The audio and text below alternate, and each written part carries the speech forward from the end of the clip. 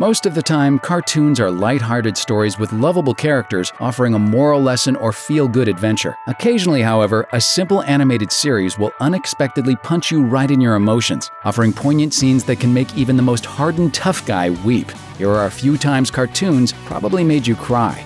Adventure Time, Marceline and the Ice King. The adventures of Finn and Jake through the incredible land of Ooh are generally pretty fun, but Adventure Time isn't afraid to get pretty deep and tragic. Whether it's about Finn's lost parents or, well, his arm literally getting ripped off, few moments reach as deep as the episode I Remember You. Marceline, an ancient vampire in the form of a teenage girl, is constantly annoyed by the princess-stealing Ice King, but it isn't until now that we really know why. At one point long ago, the Ice King had rescued Marceline from a post-apocalyptic wasteland, and they were best friends. The sadness unfolds as Marceline reads a series of notes that the Ice King wrote to her before he completely lost his mind, which are basically an apology for losing his mind, all set to music. Please forgive me for whatever I do when I don't remember you.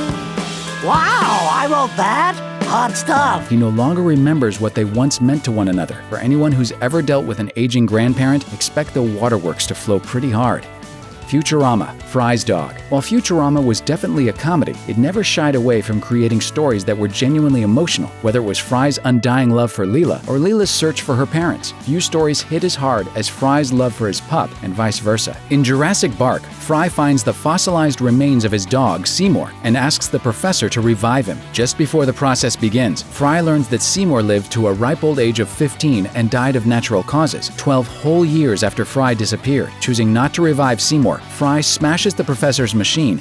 Oh sure, smash the smart guy's machine. And makes peace with Seymour's passing. Fry believes that Seymour had forgotten him over 12 years. This is when the audience really gets an emotional gut punch. We see Seymour sitting in front of Fry's pizza place year after year, waiting for him to return, as Connie Francis's I Will Wait For You plays until he presumably lays down for the last time. And you thought you could watch a science fiction comedy about an idiot pizza boy and a belching larcenous robot without shedding a tear, didn't you? Rugrats, Chuckie's mom. Between the morals, educational plots, and misunderstood words for kids to learn from and enjoy, Rugrats hit viewers with an incredibly hard episode about Mother's Day. Why is that so tough? Well, because Chuckie's mom died shortly after he was born. You don't got to, Mom, do you, Chuckie? Nope. How come? I don't know. I just don't got one. After the children are thrown into a dark closet by Angelica, they find a photograph of Chuckie's mom. His dad is clearly saddened just by looking at the photo and ultimately decides to talk to his son about his mother. They find a diary with a beautiful poem written from a dying mother to her son, and Chuckie learns that his mother planted the flowers in the garden and takes his friends there to show them. See, guys? I do have a mom. She's right here in the flowers. Thanks, Nickelodeon, for making us weep like babies. The Simpsons, Homer's mom. There have been more than 600 episodes of The Simpsons, though few were more heart-wrenching than watching Homer finally reunite with his long-lost mother. The episode Mother Simpson introduced us to Mona Simpson. I almost always spoil the moment. I'm sorry. Until this point, Homer had believed his mother had been dead for 27 years, but it turned out she was on the run from the law. In 1969, she participated in a plot to destroy Mr. Burns' germ warfare laboratory, and to keep her family safe, she felt she needed to run. Her story comes out when she's cited by Burns, who calls the FBI to finally take her out. Once again, Mona has to run away from her son. At least this time I'm awake for your goodbye. For a show that parents once argued should be banned for being inappropriate, this episode took a turn and showed the world how heartwarming a bunch of dysfunctional yellow boneheads could actually be.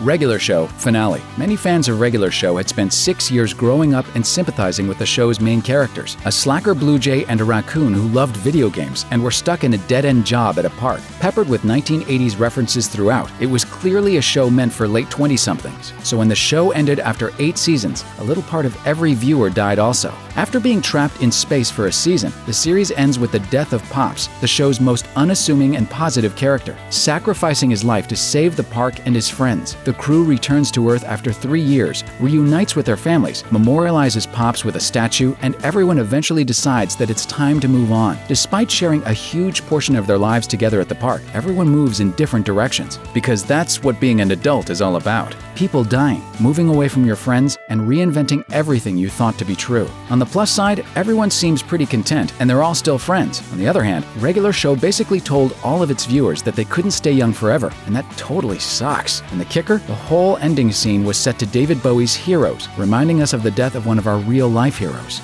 Hey Arnold, Mr. Wynn's daughter. When a goofy show mostly known for a kid who looks like he's half human, half football makes you think you're actually watching a documentary about the Vietnam War, that's as real as a cartoon can get. That's what viewers got with the Hey Arnold episode, Arnold's Christmas. Mr. Wynn recalls the story of his life in Vietnam as a montage of imagery depicts the ongoing war. As the Americans begin to pull out of Saigon, Mr. Wynn gives up his baby girl to an American soldier, hoping she'll be safe. There is no way of knowing if he'll ever see her again, and as he recounts the tale, it's clear he hasn't. After an epic quest by Arnold, who himself is without parents, and a nudge from his affectionate bully Helga, Mr. Wynn finally meets his daughter for the first time since they were separated. If that doesn't make you shed even a single tear, you are truly a cold, unfeeling monster. Family Guy. Brian's death. For a series that favors fart jokes and incredibly large amounts of vomit, it's rare that a scene in Family Guy takes a turn towards sadness. In a surprise episode during its 12th season, Brian gets hit by a car and is killed. Frankly, there was nothing funny about this episode. We see the beloved dog get mowed down in the street while his best buddy Stewie watches. Hard to joke about that, really. Brian dies on a vet's table after saying goodbye. You've given me a wonderful life. I love you all. And there are no jokes to be found. The subsequent scenes of the family dealing with the loss are heartbreaking. Fans were upset, and it was anyone's guess whether or not Brian would somehow return to the show. Of course, he came back rather quickly thanks to some time travel shenanigans, and Family Guy went right back to its usual gross-out humor. But it's still amazing that the show proved it can be human when it wants to be, even if it was just once. Thanks for watching. Click the grunge icon to subscribe to our YouTube channel. Plus, check out all this cool stuff we know you'll love too.